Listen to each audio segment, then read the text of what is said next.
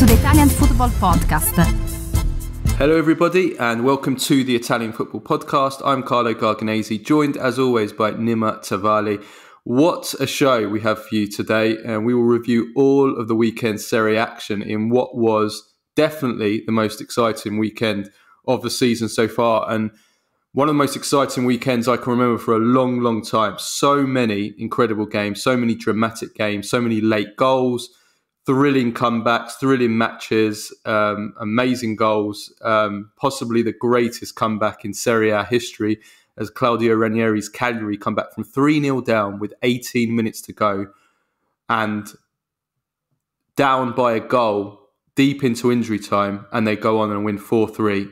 It was just an unbelievable match. We'll talk about that. Inter stay top of Serie A with a late Thuram winner against Roma. Juventus beat Verona with an even later win, a 96-minute winner by Andrea Cambiaso. While Napoli also had an incredible comeback, 2 goals down at half-time and getting outplayed by Milan. They come back and draw 2-2 and almost win it with the last kick of that game as well. We'll also comment on Sandro Tonali's ban. We'll profile the breakout star of the Serie A season, Matías Soulé, and all the usual Baggio and Premface of the week at the end. So, for all our first-time listeners, this is our free weekly episode that we do every Monday, reviewing the weekend Serie A action and all the biggest talking points in Italian football. If you want to support the Italian Football Podcast and receive all of our content that we do throughout the week, including our weekly Q&A episode every Tuesday, where we answer all of the questions from our patrons, plus the weekly Thursday midweek review show, plus interviews, post-match reaction, and much, much more, then go to patreon.com/TIFP and become a subscriber for just $2.99 a month plus VAT. And you can now also sign up to be a paid subscriber on Spotify, and we'll provide the link in the description. It's the same price and the same terms. And for all of you that do listen on Spotify, Apple, iTunes podcasts, we'd really appreciate if you give us a 5-star rating, give us a follow and a like. We're on YouTube as well. It really helps us to grow and do more quality content for you. So let's get into today's show. But first, a word from our sponsor. Making your own podcast is fun, but the production of podcasts can also be challenging if you don't have the right software. With Zencastr, the whole process is quick and straightforward. Here at the Italian Football Podcast, we aim to have the highest of standards, and Zencastr provides crystal clear sound and fantastic HD video quality. Furthermore, it's really easy to use. Even boomers like Carlo can manage. There's nothing to download, just one click, and we start recording each episode. Zencastr ensures that your podcasting experience is easy and enjoyable. You don't even have to leave your browser, as it possesses all the tools required to get the episode done, from local recording to automatic post-productions. Go to zencastr.com/pricing and use our code ItalianFootball, one word. You'll get 30% off your first 3 months of Zencastr Professional. We want you to have the same easy experiences that we do for all our podcasting and content needs. It's time to share your story. Okay, right. So we'll start off from the Napoli against Milan game on Sunday evening. 2-2 draw, as I said. Milan 2-0 up at half-time. Napoli with a stirring comeback in the second half to draw 2-2. But just before we actually go into that game and what a game it was, first of all, I just want to say, Nima, not only what a game, but what a weekend. Because, you know, here on the Italian Football Podcast, we've had to talk about a lot of negativity in Italian football recently. And, you know, all the stuff with the betting scandal, which we're going to talk about again later on the show, and all the stuff that's wrong in Italian football. But this weekend, Nima, was unbelievable. It was everything that we just love about Italian football, and it was just all the great stuff about Italian football. There were just so many incredible matches, incredible comebacks, late goals. I mean, and this Napoli-Milan game was just the perfect end to just an incredible weekend of football, wasn't it? No, match day 10 was, I think I tweeted it out after the game as well, that match day 10 of the Serie A has not only been one of the best, or has been the best this year, this season, but it's truly, for me, I don't want to go too far ahead, but yeah, this match day 10 of the Serie A 23-24 season is this week's Baggio of the week for me. It had everything. I mean, it had literally had everything from drama to, the world-class saves, amazing goals, crazy comebacks. Just everything. Everything, yeah, absolutely everything. And we'll talk about each of these amazing games as we go through the show. But we're obviously starting off with Napoli Milan, which was just your typical game of two halves, because the first half was a great half by Milan and a very bad half from Napoli. Milan leading 2-0 into the break, created at least 4 big chances, scored 2 of them. They looked like scoring every time they came forward. They were cutting through Napoli at will. Napoli were awful. They didn't even have a shot on target, although they did have one big chance with Politano at the back post, which he put wide of a virtual open goal. But apart from that, it was all Milan. And, it looked at half-time like, everybody thought, well, it could be 4 or 5-0 here. And Rudy Garcia's job was probably on the line. And then Napoli come out second half, a triple change at half-time. They went for broke with a 4-4-2, which was really more of a 4-2-4. They get it back to 2-2. They could have won it at the end as well, although Milan had chances to win it as well after the red card from Natan. But then at the last kick of the game, Kvara with a great save from Magnon. I mean, it's so hard to analyse this game. I don't know where to start. Put it that way with the analysis. Well, it was just. I think we should start with that first half. I thought Milan were very good. They looked like this kind of old, the Milan under Pioli when they're at their best, when they were just so, they were so efficient and they looked ruthless. Because I actually don't think Napoli were poor in the first half in terms of how they played. I thought they were pretty all right. I thought they did well. I thought they were, in terms of, how they looked on the pitch. I thought they were actually pretty good. The issue was, of course, that when Milan are so ruthless, and Giroud, who he hasn't scored for I don't know, what was it, 8-9 games or something, and he was just a killer, and just. The air went out of Napoli. But Napoli's defense, that's where I think they were dreadful in the first half. People were blaming Meret for that first goal, and so was I for the first, when I looked at it. But then I've looked at it a couple of times, and I think the header is so powerful and it's so close to him that, I don't think it's a howler. I do think, however, Rahmani is what is that defending? I mean, it's really becoming.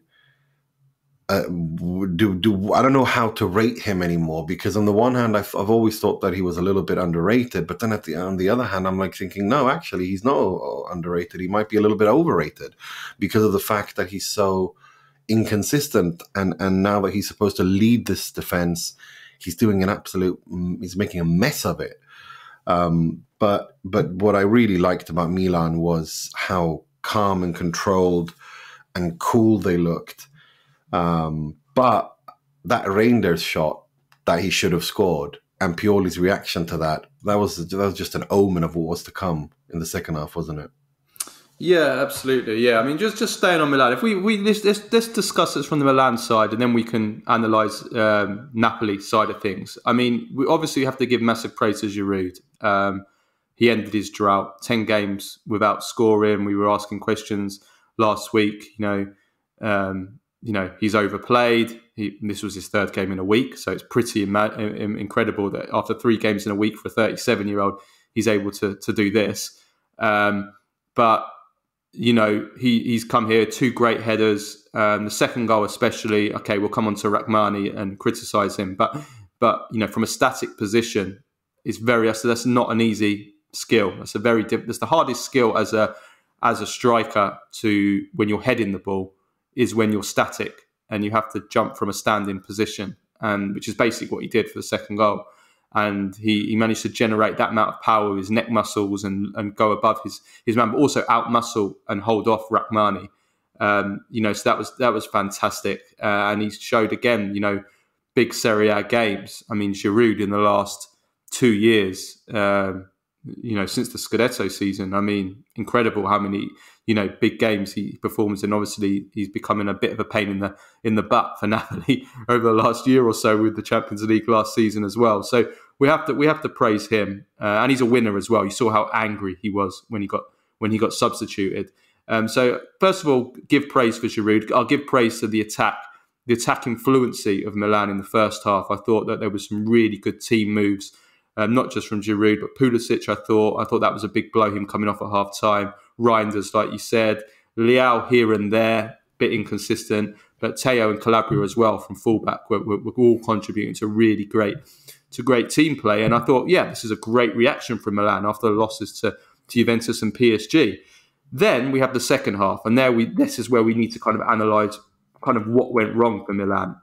First of all, I think that losing Pulisic at half time for Romero, I think that definitely affected Milan in terms of the shape and the balance between the attack and the defence. I think obviously Pulisic is able to come back. He's fast. He works hard, and Romero is maybe a little bit more lightweight. So I think that definitely affected the overall team collectively. But I think we have to also give praise to Napoli as well for the comeback. But Milan lost their way. Maybe there was a little bit of tiredness, maybe from Milan's point of view, having their third really tough opponent in the space of 7 days. Maybe that came into it. I also want to say Mike Maignan, as much as we praise him, and for me, he's in the top 2 goalkeepers in the world. And also, granted, he made a fantastic save right with the last kick from Kvaratskhelia. Otherwise, they could have lost. But he was at fault for both goals. Both goals. The first one from Politano, that shot it's a lot of power, but it's straight. It's straight at him into the roof of the net. And the second goal from Raspadori, as great of a shot it was, and as great as a free kick, at the end of the day, if it's a free kick and the player scores on the side of the wall that you're defending, it's the goalkeeper's fault. So that's a goalkeeping error. I think for the second goal, I have to say, I think his mistake was the way he positioned his wall. As well, I agree. Yeah, I agree. Was both. But for me, because I think because of the fact that he didn't position his wall well, that meant that he wasn't. It was almost in the middle, wasn't it? It was kind of in the middle of. It was like guard in the middle of the goal rather than the side. That's what I think is why he. Because at that point you're thinking, well, where was the wall and why? And that kind of made his position strange too. The first goal, I think it's one of the goals of the season contender by Politano. That is just fantastic. What he does ahead of that, and also, especially after missing in the first half that sitter. But yes, it is. But then again, it is central. But you have to remember, there's not a lot of distance, and there's quite a lot of power in it. I don't think it's a howler. You can say it's a mistake. I put it in the same category as with Meret. I think maybe a bit bigger, I'd say, than the Meret one. But look, he wasn't fantastic. He also made a big handling error before at 2-1, which Kvaratskhelia, when there was somebody, I think it might have been Tomori, did a fantastic goal-saving block to stop him. So he didn't have he did not have a good night. He didn't have a good night. He did make the save at the end, so he kind of, at least he did something at the end. But I think Maignan didn't have a good night. But it's a difficult one to put your finger on exactly what went wrong with Milan in the second half, and whether or not we should just maybe be praising Napoli for their comeback. But they didn't. They were getting overwhelmed for a good 20-25 minutes in that second half. Then I think once it got to 2-2, maybe Napoli ran out of steam a little bit themselves for a while, and it kind of, until that kind of crazy injury time after the red card, it was kind of went quiet and nothing really happened. And then Milan could have won it themselves with that Calabria header, before the Kvara moment at the end. So it was just an amazing game. Sometimes you just have to say, wow, what a game. 2 teams that really went for it. It was a joy, privilege to watch this game. It was It was like watching one of the great Serie A games from the 90s. It was Yeah, one of our game. It was a quality game. It wasn't two bad teams, defending badly. Okay, there was some bad defending, but I think it was more down to great quality, I think, this game. No, I agree. And also you have to, we would be very disingenuous of us if we don't acknowledge the fact that Milan were decimated in defense as well, which they were. And Pellegrino, who came on, is not supposed to. I mean, how many central defenders do they have? I mean, they had Kier away, Leao suspended, and then Kalulu gets injured. I mean, it's just when it rains, it pours, doesn't it? And Marco Pellegrino, God bless, but he was not ready at all. And it is what it is. It happens to everyone. But I do think that. And then obviously, when he takes out, brings on Florenzi, plays him as a left back, plays Theo as a left centre back. I mean, that's very, very makeshift. When you got so it is what it is. But overall, I think over two halves, I think it's a fair result. Even though I mean, after Nathan gets sent off, I'm thinking, well, Milan can actually come back and win this. But we have to look, the three changes, if I'm going to look at this from a Napoli perspective, making three changes at halftime and it having the effect that it did, Østigård was good, Oliveira was very good, Simeone, he's no Victor Osimhen, but he's a very mobile, very dynamic player. And he gave them a box threat, yeah. He gives them a box threat. It gives them profondità, as they say in Italy. And his movement and link-up play as well, it kind of helped Napoli play the way they usually like to play. And to me, from a Napoli perspective, the most positive thing of this is that despite all the problems with Garcia, the fact that you get a reaction from the team like you did, that is very positive. Because, I mean, if he'd made those three changes, nothing happened, and Milan go on and win 3-1 or 4 whatever, then that's it.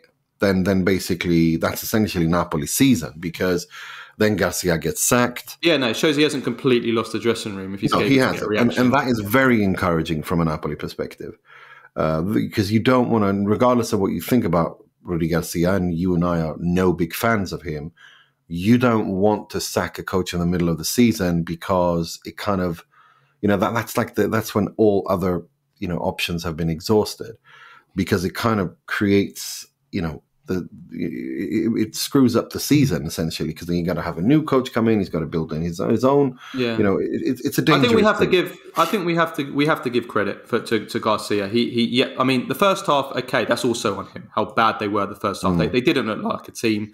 They were again, like everything that we've said about, that there's no cohesion in the team, that the departments are not together. There's too many gaps in between the defence and the midfield and the attack. It was so easy for Milan to play through them, especially on the transitions.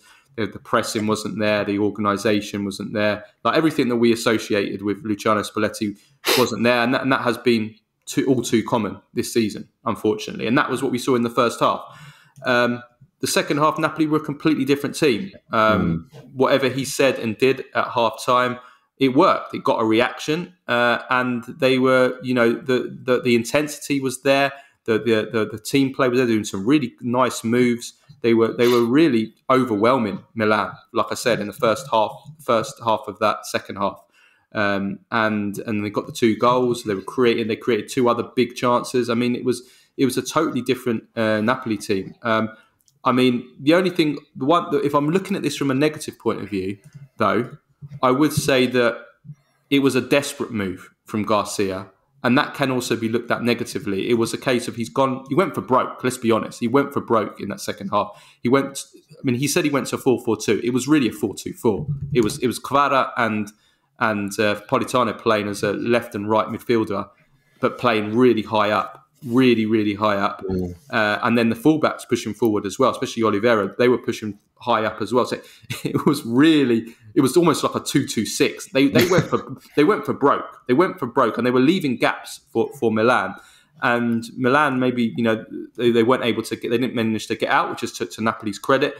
But they went for it. It was a bit of a desperation move, and Napoli can't be in these positions where they're in is desperation, because they're not gonna have a successful season like this. And then at the end of the day, they've still dropped 2 points here. They needed to win this game. They were going to stay in the Scudetto race. They're now 7 points behind Inter in the league. So, yes, it's positive, but also if we look at the bigger picture, it's still a negative result in terms of the overall picture for Napoli, and the defence, especially the defence is not good enough for Napoli. It's too open. They concede too many chances game after game.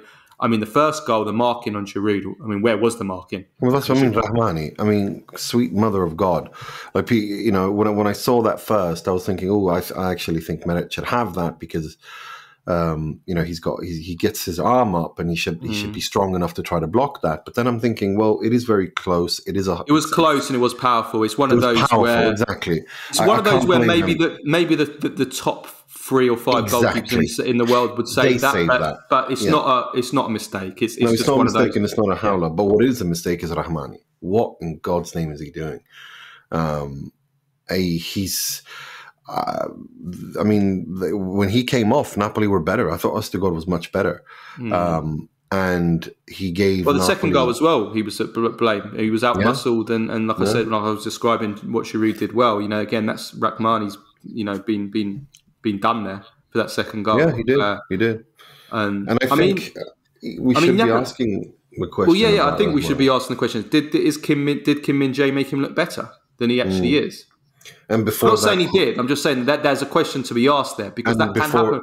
And before that, Koulibaly. I mean, it just feels like at some point we might have to ask these questions about Rahmani, because now he doesn't have one of the two brilliant central defenders that Napoli had, Koulibaly or Kim Min-jae, and now he has to be the leader, and he's not being. Yeah, a world-class centre back will always make the player next to them look better than they are. Yeah, it's always I remember Cannavaro when he was in his peak. He used to, for the Italy national team. I mean, he used to make. I'm not saying they were bad players, but like Materazzi for Italy or Bazzagli before he was the Juventus Bazzagli. Cannavaro. I remember watching him in the World Cup. I mean, he made those players look like world-class players. That's what an absolutely fantastic defender can do. So, I'm not saying that is the case, but he is struggling, Rahmani. He's making mistakes. And the other thing I noticed about Napoli's defence is aerially they were so strong under Spalletti last season. Now they look like conceding. Every time a cross comes in, they're off. I mean, look at the goal they conceded last week. Again, that was a Rahmani mistake where he lost the flight of the ball, and then I think it was Di Lorenzo let it hit him. And who was it? Cagliari? Who did Napoli play the week before when they won? They won well. The goal they conceded. Hellas. Was it Hellas? Yeah, was it Verona? Yeah. The goal they conceded in that game. Have a look at the goal they conceded again, just from a simple cross. So they're not defending crosses and aerial balls well, and they're giving up too many chances. But on the flip side, the attack looked good in the second half, and Kvaratskhelia again was incredible. He was amazing. He was very good, and Politano was good as well. Yeah, no, Politano scored one of the goals of the season. I mean, that is just what. If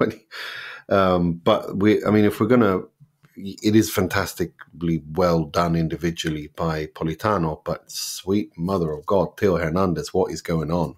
If we're talking about defensive errors, he's not been very good this season defensively. I think Theo. I think there's something inconsistent. I think he was very inconsistent last season as well, especially in Serie A. Definitely, yeah. I thought he was very inconsistent last season. Yeah, fair enough. But I mean, this season I think it's showing. It's really showing, but it's no. Kvara was just so good yesterday. Amazing. He's I have to say, I think his only mistake was that shot at the end. I think that's not a very good finish. I think it's too centrally on the goalkeeper. No, if Mignon lets that in, then that is a howler. He laced it. He's laced it. He went for power, and he maybe should have gone for a little bit more precision with the shot. Agreed. If you place that in, then that's a goal. Yeah. Okay. Let's move on to Inter Roma. Another fantastic, dramatic ending, and we're gonna have a lot of those in today's show. I mean, this game is quite easy to summarize. There was only one team playing, and that was Inter. They dominated possession and territory from the first minute to last. They created a lot of chances. It took them until the 81st minute before they finally scored. And Roma, we'll come to Roma in a minute, but Roma were just non-existent. But if we take this from Inter's point of view, I mean, it was only Inter playing it, and they were totally dominant in this game, and they finally got the win, Nima. This was probably the game that I've enjoyed the most from Inter, in terms of tactical approach and maturity over 90 minutes. Because that's how I would describe, if I were to describe Inter's performance with one word, it's maturity. And it's a maturity that I've been wanting to see over 90 minutes, not just for a half. I've seen them do it for one half or 50 minutes. But I saw over a game now where they were just in control. They were so switched on, concentrated, focused on the job at hand, had an answer and a tactical flexibility for everything. I mean, if Inter attacked from the right, from the left, down the middle, they were just keeping Roma on their toes, and didn't. It's one of those games where usually we've seen with Inter when they have chances and they don't score and they dominate. I think they have 12 shots on goal in the first half or something stupid like that, and they didn't score. Usually they get frustrated, but here there was no frustration. They just continue to just, drum away, playing their football, following their tactics, following their game plan, and finally, thanks to the substitutes, and I want to talk about the substitutes, Cristian Aslani, that is a world-class play. He's been a player who Inter believe a lot in, but he's also a player where he's not really had that much of an impact whenever he started or played. But this is where it's, he needs to start delivering, because this is now him. He has to start mounting a challenge for a starting position. And and in order to do that, whenever he's called on as a substitute, he has to deliver. And boy, did he. Not just for that glorious cross ball to Di Marco, but also overall. And he's got such a right attitude. I loved what he said after the game, where he said, "Look, Çalhanoğlu and him we're praising each other, and they've got this bromance almost." But Çalhanoğlu for a week has been saying, he's like my little kid brother. And then Aslani says, "Look, he's one of the best playmakers in the world. I learn from him every training session. I have to improve defensively. He tells me what to do." Immediately said, that shot at the end that Cristante had, I should have done better there, because I assumed that Fratesi was going to push up, but I shouldn't have assumed. I should have done. I mean, that is just, I love where he is and Inter are mentally. This is a group of players, Inzaghi and Marotta and Ausilio, especially Inzaghi. They've created a working environment where these guys really get on well, on and off the pitch. And it's an environment where, yes, you're competing for a starting position, but they help each other. When Aslani says, Çalhanoğlu tells me what to do in training so I can improve every training session. They're fighting they're vying for the same spot. But you've created that kind of environment where there is competition, but there's also this kind of unity. That's a very difficult spirit and work environment to create. But they have done that, and I think that, and I think that kind of leads on to the maturity aspect as well, where Inter, it doesn't matter who starts, who plays, who comes on, who comes off. They have a game plan, they have an answer, they have a clear blueprint for how they want to play in both phases, and it's a blueprint in attack that keeps teams guessing, because they can play down the left, they can play down the right, they can play down the middle, the link-up plays, the little movements. I was very impressed. I genuinely enjoyed watching this Inter from the first to the last minute tactically, and also the fact that when you this can't be understated or overstated rather. When you have a situation like that game where your goalkeeper has nothing to do, and then the opposition comes at you with the Cristante header, your goalkeeper, when he makes a save like that, and then when he shows that he's got this awareness and he's switched on, that creates belief and confidence as well. So no, Inter are doing very well. I was very impressed. This is exactly the kind of development I wanted to see after the opening 9 games, where you've seen a few missteps, you've seen some fantastic performances, but I wanted to see a controlled, mature performance. And that's exactly what I saw. It was total control. Over 20 shots to 1, 65% possession, hit the bar twice. And it wasn't easy to break down a team that were literally 11 men in their 6-yard box. So, it came eventually. The only negative I would say is not really a negative, but just what happened is, it wasn't that many clear cut chances like we sometimes see when Inter dominate these games. But that was also because of the way Roma played. There wasn't many spaces to play. We do have to give, though, again, Thuram. He's becoming, a player that can resolve these matches that are, 0-0 or, to win the games. We've seen that now. This is not the first time we've seen that. And he's proven to be an incredible signing in front of his dad, his legendary dad, Lilian, who was sitting there and wasn't sure whether to celebrate or not because he's a Juventus legend and his son's playing for Inter. He was kind of, should I celebrate or not? He was kind of like, well, maybe that's just who Thuram is. He's kind of that kind of person. It was a great assist by Di Marco. I thought Di Marco and Dumfries were very, very good on the flanks. For Dumfries was very good, very good. Wow, that was just the way that he was bullied, Zalewski, for most of the first half. And he was completely switched on. And look, I've been critical of him for his individual or the deficiencies he's got technically. And I think sometimes his read of the game. But if he's going to continue playing like this, as he's done these opening 10 games, and especially against Roma, if this is the new Dumfries, then we're seeing a player that has taken the next step, the salto di qualità that they talk about in Italy.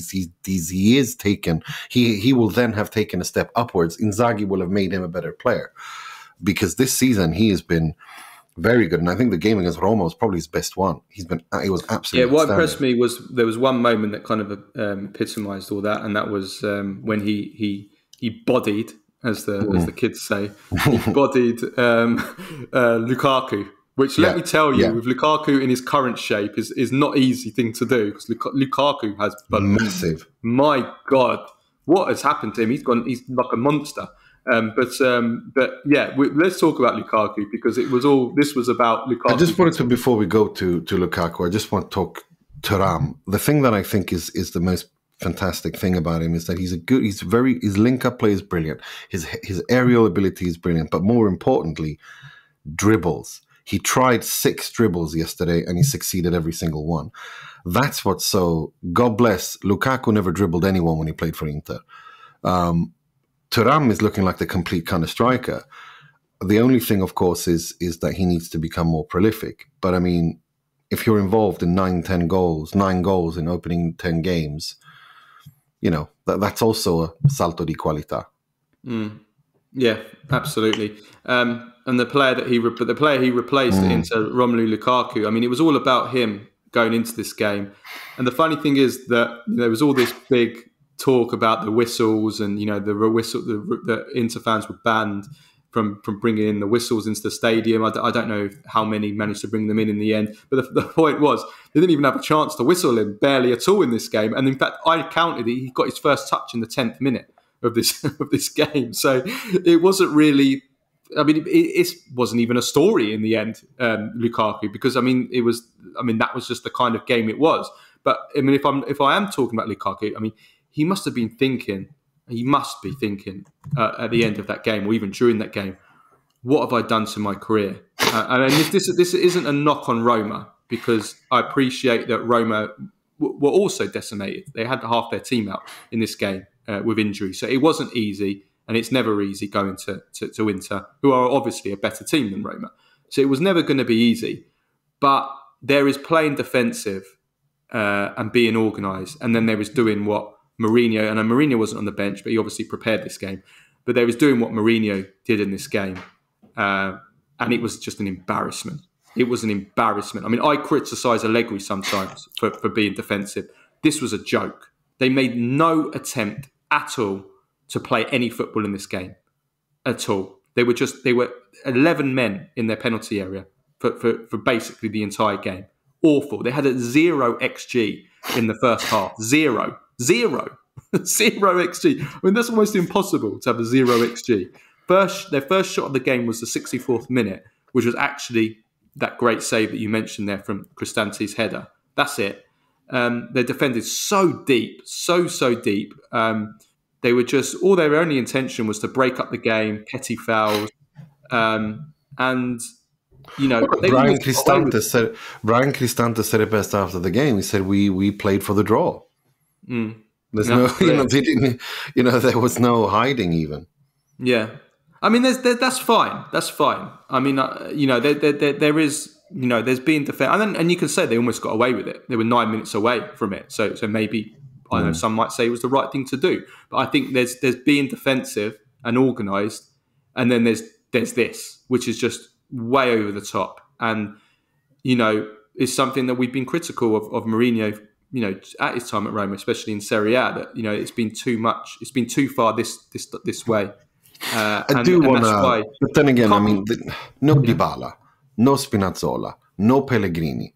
I mean, it's Roma don't have that much depth, and when you're missing that much attacking, quality, then I kind of get that you just want to, it's a league game, you just want to get rid of it.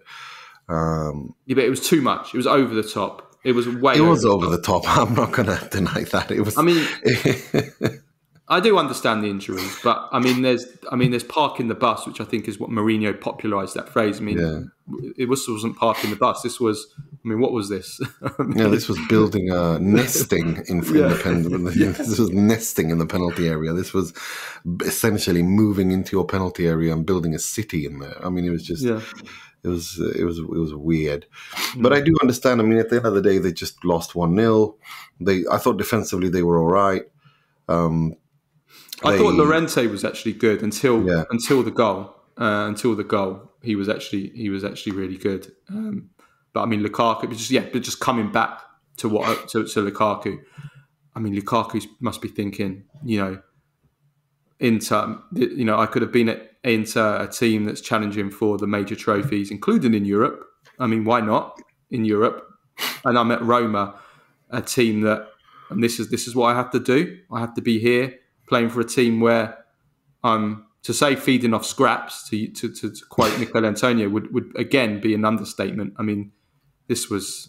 Well, I don't think this is necessarily a fair representation of Roma this season under him. I mean, they have also been more attacking in different games, and he has scored quite a few goals. It shows the gap between the team he's playing for and the team that he could have been playing for. But then again, Lukaku isn't the striker he was when he was playing for teams that were challenging for. Maybe not. He's just not that player anymore. He's still doing well, and he's not helped himself with what he did with last summer, the antics of last summer. Which I have to say, the mean girls stare that Francesco Acerbi gave Lukaku after they shook supposedly high five before the game made me choke with laughter. It was. I mean, for that entire sequence is like. It's just so funny. Lautaro, he tries to hug Lautaro, who slides away. Yeah, I saw that. Then he goes to Barella. Barella barely airs him. Yeah. I mean, it's like one of those not even looking. Like John at you. Terry versus Wayne Bridge. Do you remember that? Yeah. And then you have Acerbi who high fives him and then turns around and gives him like this mean girls high school bitchy stare. Di Marco barely looks at him. I mean, it was comedy. But it just reinforces that whatever happened, it's not him wanting not to go to Inter. This is her. This dressing room is angry with him. Çalhanoğlu after the game said no comment, and just this change is the demeanor on his face changed. Like they feel betrayed by, I don't know what he's done to them, but these are his teammates, or his former teammates, and they are genuinely pissed off and angry with him. And that is just, regardless of what you can say that happened between him and Marotta and Ausilio, the dressing room, when the dressing room and the players in the dressing room, that's usually something else. You have players leaving clubs all the time. But this is just pure, they are angry with him. They just don't want to talk to him anymore. Yeah. And it's truly remarkable. I can't remember seeing anything like this, to be honest, before. Yeah, no, absolutely. That's what I mean. I think deep down, even though if he won't admit it, Lukaku must be thinking, what have I done? What have I done to myself? Just last note on Roma, their away record. I was looking at this because I've noticed that Roma have been so bad away from home for a while. So I went and dug out and had a look at the stats. And in 2023, this calendar year, in all competitions, this is their away record: 1-4. Drawn 7, lost 11. That's just shocking. And in Serie A, it's 1-3, drawn 5, lost 8. I mean, absolutely horrific. So that is obviously a big issue, big problem for Roma. And if there's any hope at all of them wanting to dream of getting in the top 4 this season, I mean, it's just not going to happen with an away record like that. And I think that can be tied back to Mourinho and style of play. That they're too over defensive and too counter attacking, and you play away from home and you're this negative. I mean, it's not easy to get results. So yeah, they absolutely have to sort out that away record. Let's move on to Juventus, who stay in the title hunt. They remain 2 points behind Inter, and now they're second. They're now second in the table. Juventus now, right? Am I correct in saying that? Yeah, there's the Juve are second. Juve are second in the league. No, they're second in the league. Yeah, they are. Inter 25 points first, Juventus 23, and they've moved above Milan because of Milan's draw. Milan 22, Napoli 18. So yeah, they move up to second, and I mean, again, another dramatic ending in this game. They scored in the 96th minute goal from Cambiaso, which I think was just a lovely story because it's gone viral. There's this lovely picture of him as a mascot, Juventus mascot in 2010 as a kid, which has been put next to side by side with the image of him scoring his first ever Juventus goal, which went viral. And he's a player I really believe in, and he was fantastic when he came on. He caused all kinds of trouble on the left. So I really hope that he gets more chances because I really do believe in this guy. But yeah, talking about Juventus as a whole, of course they're playing against a poor team, but I actually think this was Juventus' best performance of the season. Juventus have won other games this season, and I've come here and not really been that enthused by it and just been like, okay, they got the win, but they didn't play well, and it's not really sustainable. This was the kind of performance that we need to see more of from Juventus if they are going to actually pose a challenge for the Scudetto this season and really progress and move forward. They created so many chances. They played good football. They put together good moves. Those patterns of play, which I taught, there was actually some patterns of play.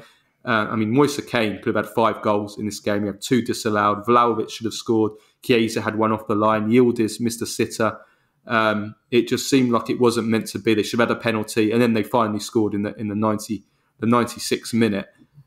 So yeah, if we're looking at this for overall, I think it was a very, very good attacking performance. They had 6 big chances. They had 30 shots. They had a 3.34 XG, which must be surely the highest of Allegri's reign. So I thought they were really, really good. Yes, I know Verona are not a good team. They got hammered by Napoli last week, and they've really descended into the kind of performances that we predicted at the beginning of the season when we had them down as a relegation candidate. Well, they're now starting to look like a team that could struggle again against relegation. But from Juventus' point of view, I thought they were really, really good. And I think Moise Kean probably epitomises the game quite well and Juventus' performance, because his all-round game again was so impressive. This is someone that we've been speaking about. I pinpointed a few weeks ago about how I'm seeing definite improvements. And there's no doubt. Now we can't even talk about whether or not there is improvement. There is improvement. He has improved. He has taken a step too in quality. There's no doubt about that. His ability to link up, hold off players, and he's also, without losing speed, that's an incredibly important. Those are incredibly important characteristics. The problem, I think, the only thing left is still his finishing. Which, if he can improve that, then you have a top class player. Then you really have everything. I mean, he's aerially strong. His link-up play is good. He's quick. Technically, he's good. If he can start scoring as well, well, then congrats Juve, congrats Italy. You have a top class player on your hand. Yeah, and I think that I agree with all of that. I think everything in his game, apart from the finishing, which I'll come to in a second, has really improved. His hold-up play, his movement, his link-up, his dribbling as well. Like the way that he beat his man, took on his man. Yeah. I mean, he's always been a strong guy, but he's now using that strength and muscle and physique in the right way. I mean, he's so strong. He's an absolute beast. With like, can't push him off the ball. He just out-muscling players, and he's still young. That's why he's only 23. That's the thing. He's still very young. He's so strong. And I mean, that first goal, I mean, the way he out-muscled two players off the ball, I mean, it was actually quite scary. It was. He's that strong. He really is that strong. But his finishing, I mean, just to come on his finishing, he actually had two fantastic finishes for the goals that were disallowed in this game. So I do feel like he's been really unlucky as well. Yeah, there he was unlucky. He had an amazing finish a few weeks ago, and I'm forgetting which team it was, where he got the ball in the right channel and he unleashed a magnificent right foot shot into the near post top corner, and that got disallowed as well. So he has had some really, really good finishing. He has just been very unlucky, but he's gone 11. Sounds crazy we're praising him this much when he's gone 11 games without a goal. But looking past that, definitely he's improving. I thought the second goal disallowed, I thought was very harsh. I have to be honest. I thought it was very, very harsh. It's because of the elbow movement. Like they will always look at that. They're supposed to always look at that. You can't do that, whether you're defending or attacking as a player. That's something they look for. And I think it was more unlucky than anything. I mean, he's trying to, he's like all players, when they're trying to go for the ball, they're trying to control the ball and he's trying to get away from his marker, who has two hands on him for starters. And he's really barely brushed him in the face. Faraione's conduct was embarrassing. He's up, he's watching the play, he's on his knees watching the play. As soon as he sees Kean score the goal, he falls to the ground and starts holding his face. It was embarrassing. But they will always look for that kind of, because there's one thing of pushing and challenging and pushing and tugging, and that's the referees will have to decide what they want to do there. But as soon as you have that in the face thing, then it becomes something else, regardless of how hard or little. Or I think that's fair. But I just think it was such a bare brush. It was. I mean, just that they look at it. I think it's harsh, but I can kind of understand it. Yeah. I think it's harsh at the same time. I thought the referee, though, and not just against Juventus, because I'll come on to Gatti. I thought the referee was punching Juric was embarrassing. Yeah, I mean, Gatti should be sent off for that for slap. It's a slap. It's not a punch. It's a slap. But he still hit him. The referee misses that. Chiesa had a clear penalty, which he didn't give. Clear penalty. He didn't even look at it. Then there's but that's more on VAR, isn't it? I mean, that's how the communication was. Okay, fair enough. The officials then. Let's say the officials. I think the officials did not. But the referee also missed some blatant ones. There was 3 clear corners and for Juventus, and 1 clear corner for Verona, which The referee's right there in front of him, front of the play, and he gives the wrong decision. I mean, the referee was awful in this game for both sides. I think Hellas had like penalty shouts as well. No, I think this could have deteriorated in any other like game. I don't think this was a very good referee. And I want to give Allegri credit for that. And this is one thing I do give credit for Allegri, is that when, there's a feeling that decisions are going against your team, Allegri is very, very good at kind of keeping calm and making sure that the team keeps their head. And that's one thing I think Allegri's always been very good at. Very good at that. He never ever says anything about the referee. That's been his thing throughout his career. Never ever to say anything, whether it goes against or for. He just doesn't say anything.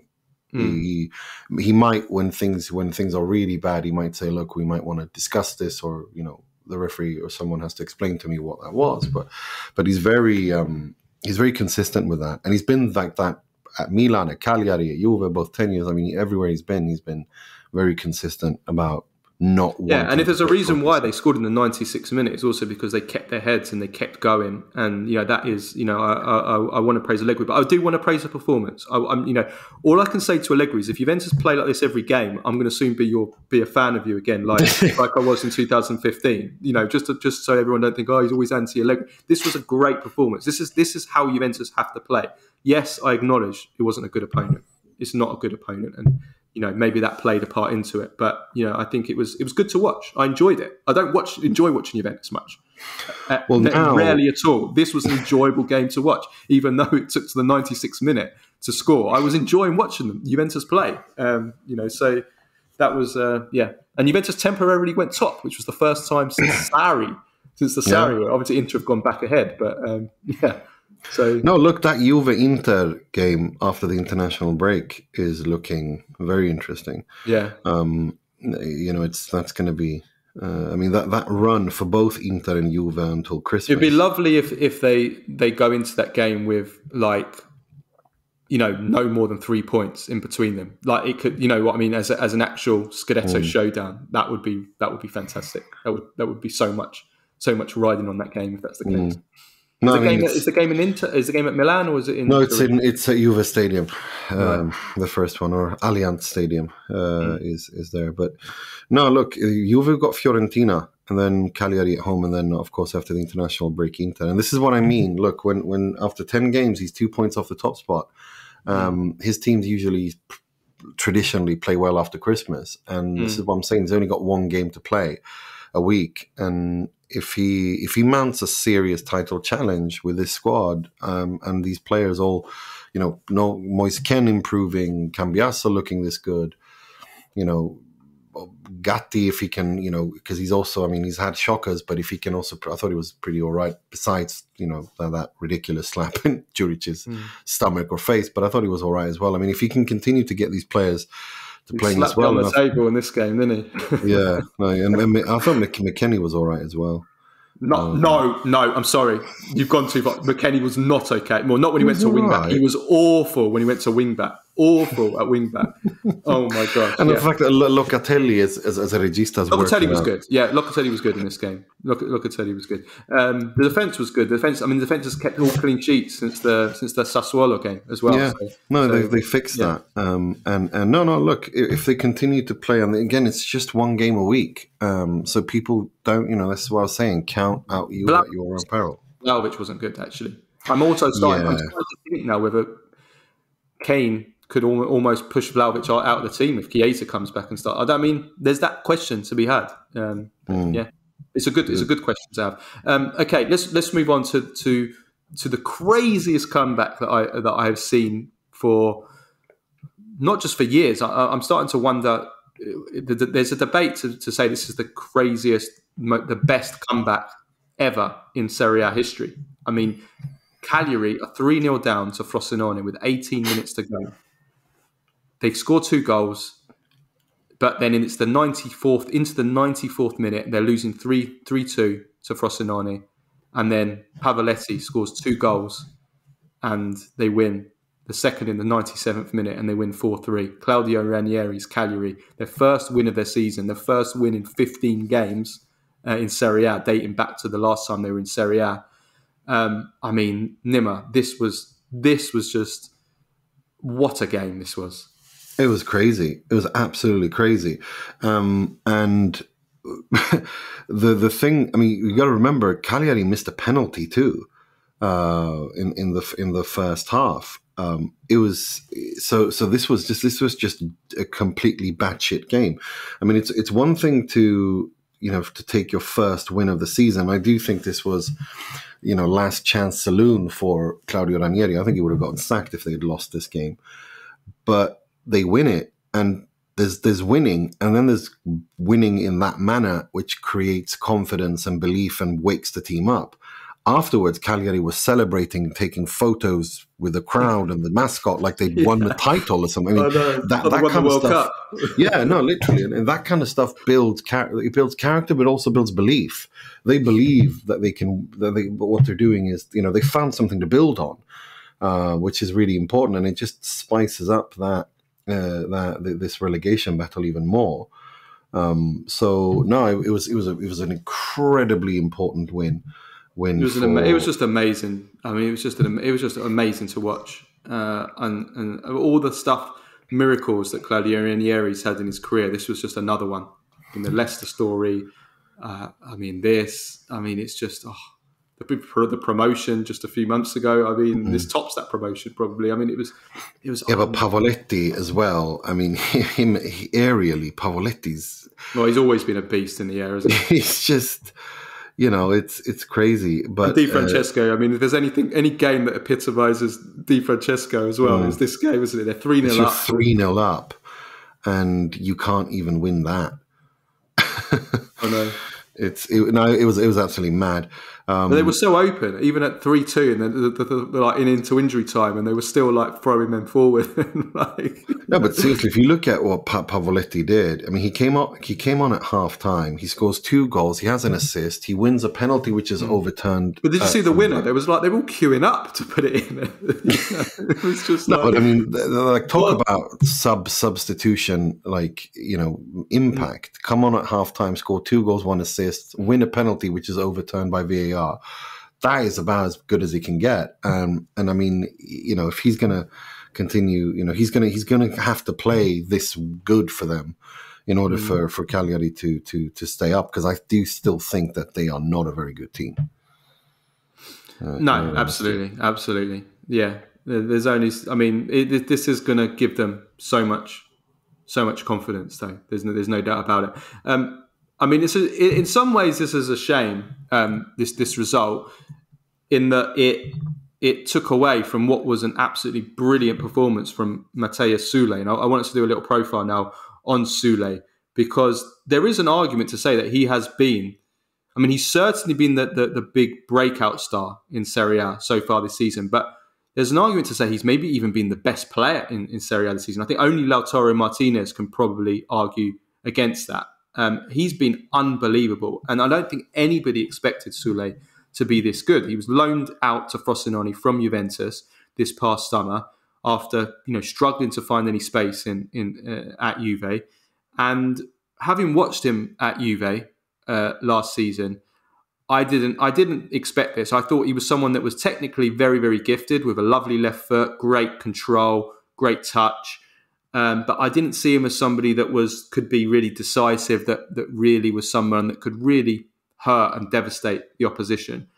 Yet he's come to Frosinone, and he has been. I mean, he scored 5 goals already for Frosinone in 10 games, 2 goals in this defeat to Cagliari.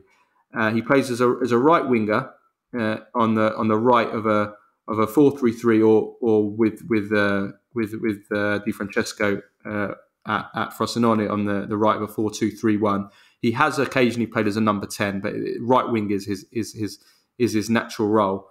And he's, as I said, 5 goals in 10 games. He's got 1 assist. He's been statistically the best dribbler in the league by a mile. He's averaging 3.7 dribbles per match. The next best is Genoa's Albert Gudmundsson with 2.2 a game. And then after that, we're looking at more than double anyone else in the league. per match dribbles. I mean, that just shows you, I mean, he's a dribbling machine. And again, having watched him at Juventus, I didn't see him as somebody that could dribble past players for fun. I didn't see him as that kind of player. He's second in Serie A for key passes per game. Only Napoli's Piotr Zielinski is creating more. So he's been, as an attacking force, he's been unbelievable this season. And, you know, he's shown... I mean, Juventus tried to sell him in the summer. They put him up for sale. They were in negotiations with Bayer Leverkusen, with Borussia Mönchengladbach. There were Italian teams looking at him, but they couldn't agree on a transfer fee that they thought was worthy of selling him. So they decided instead to put him on loan to try and build up his value this way. But now, looking at how good he has been, I mean, he looks like he's somebody that has a future at Juventus and can be a first-team player for Juventus. I mean, he's been that good. Luciano Spalletti, the Italy coach, has expressed interest. He's Argentine by birth, but that Spalletti has an interest in naturalising him and looking at kind of Italy's attack. I mean, I wouldn't be against that. So yeah, he's been amazing. He's been at Juventus for 3 years, over 3 years. He joined as a 16-year-old in the January 2023, so almost 4 years. He's worked his way up through the next gen, the successful next gen at Juventus, and he's been fantastic. He's been amazing. So he is one everybody should watch this season. He's a joy to watch.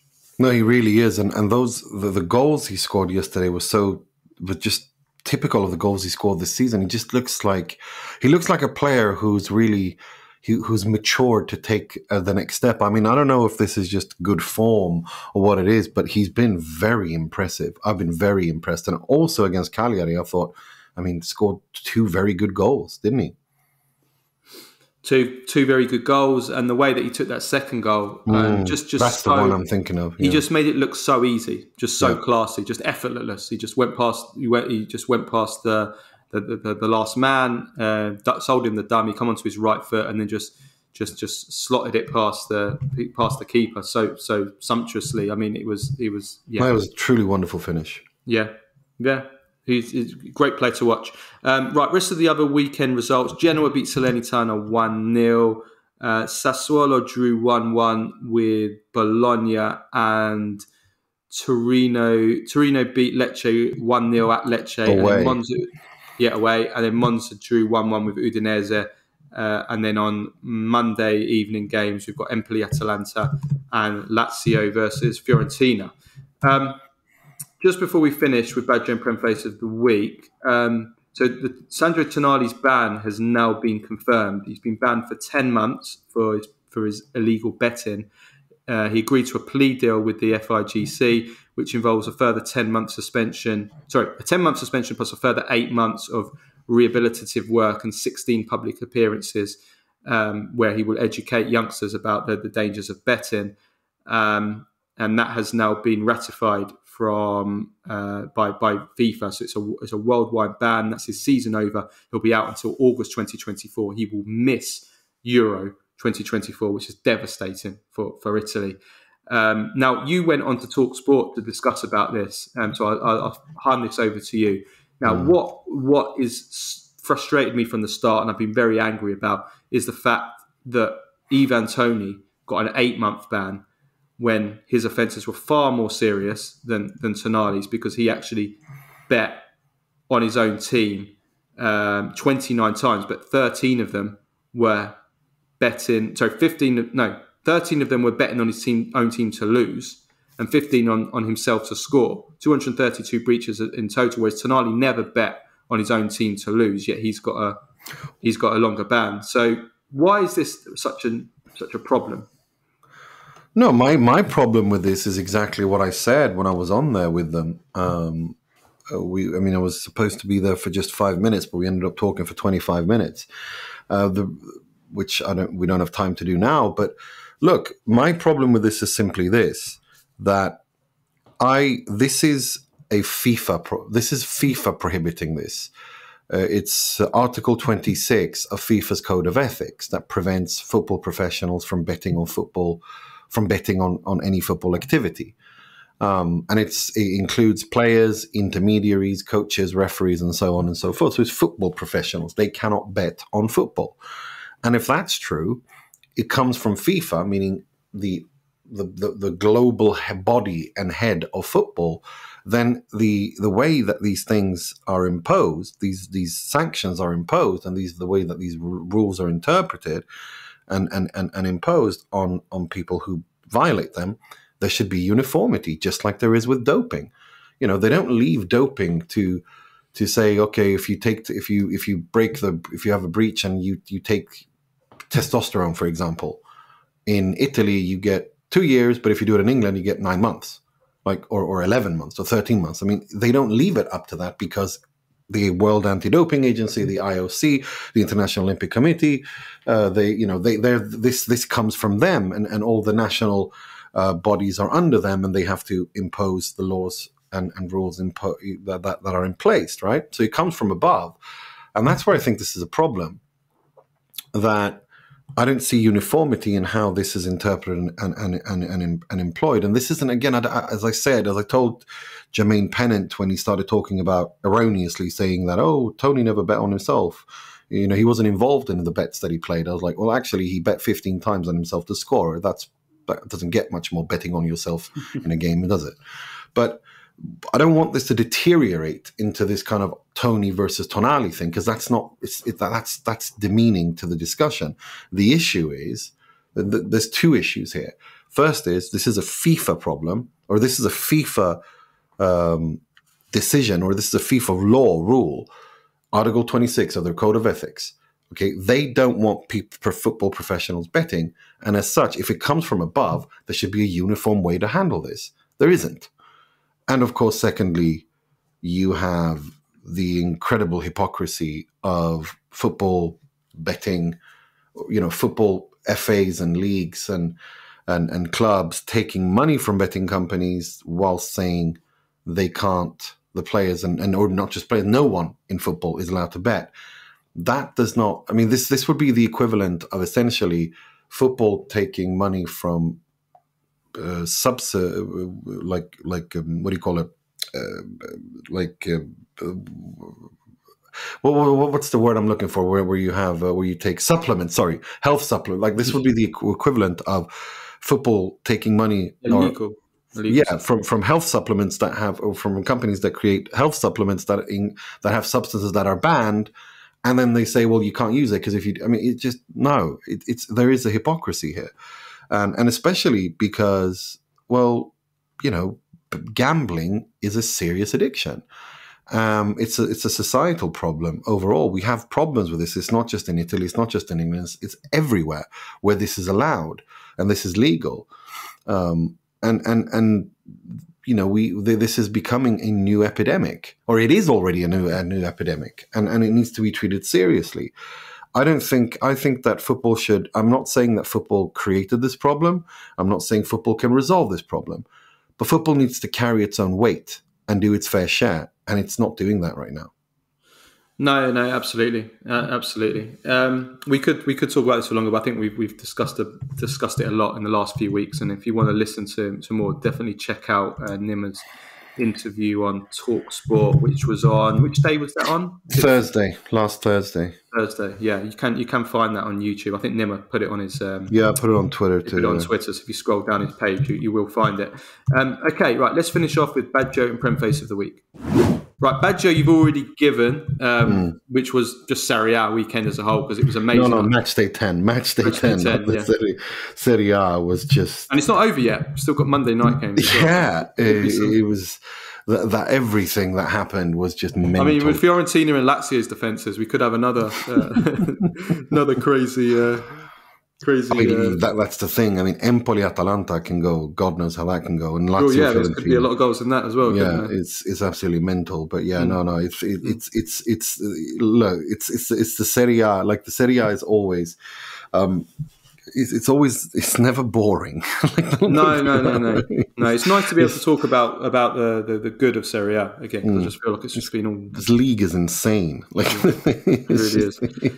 I do want to give a shout out to Carlo Ancelotti as well for winning the Classico, and especially his I mean, it was amazing just how cool he is. He just keeps so cool, Carlo Ancelotti. Like, the way that he reacted to, I mean, Jude Bellingham, an insane goal, but the way that he reacted, just like everyone around him is just going mad. He's like that famous meme where there's like the burning in the background, and the dog is. Oh, he's just like, This is fine. No, he's always very, very calm, and Carlo Ancelotti is just he's really. I mean, what he's doing at Real Madrid this second time around is even more impressive than what he did the first time by far, and it's Carletto is. It's shame. I think he's going to be together with Capello is going to be another great Italian manager, never to coach the Italian national team, which I think is a shame. Yeah, absolutely. Okay, Premface of the week. Do you have one? I've just been sent one just this minute. Okay, well, no. What have you got? So I've just got I've just been told that Good Morning Britain, which is a morning talk show in England, we're doing a segment on David Beckham, Rebecca Luce affair, which was part of the documentary that's been on Netflix, which has been a really good documentary actually on Netflix of David Beckham. But instead of using footage, they were using footage of David Beckham when he was at Real Madrid. But instead of using footage of Beckham, they used footage of Guti.